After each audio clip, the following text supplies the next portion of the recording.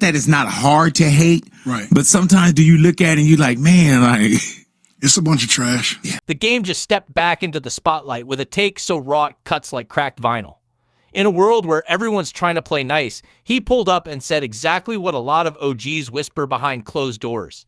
This new wave rap, mid at best. Yeah. No, not everybody. Right. And so even the guys that aren't lyricists that are excelling at what they do, you know what I'm saying? The cats that are trying to do what that guy is doing, those that's how you become trash. Yeah, the sloppy carbon copy. Speaking in that signature West Coast growl, he called out the culture shift. How clout replaced craft. How algorithms replaced authenticity. How gimmicks washed out grit. And honestly, whether you rock with him or not, the man is echoing a frustration that's been brewing since mumble rap became mainstream currency.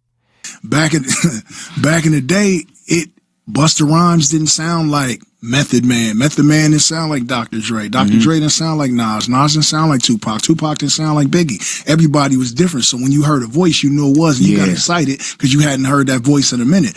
He's watching a generation raised on legends settle for loops and half-hearted bars.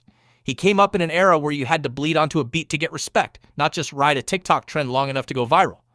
These days, where a lot of young artists get lost at is they all sound the same. Sometimes I don't know who's who, and I may love the song, and I might play it in the gym, play it in the car, but sometimes I don't know who the artist is.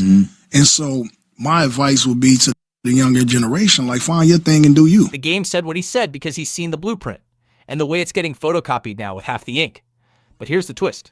Even with all that smoke, he isn't just ranting like some bitter veteran.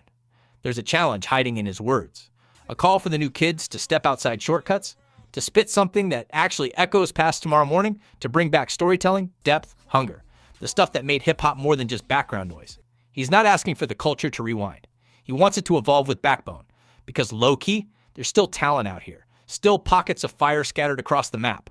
But the industry spotlight ain't looking for diamonds. It's looking for trends. If today's artists rise to that challenge, hip-hop might just enter a new golden era. If they don't, well, the game already sent the warning. It's Celeb Beat, where pop culture craze. It's Celeb Showdown starting off.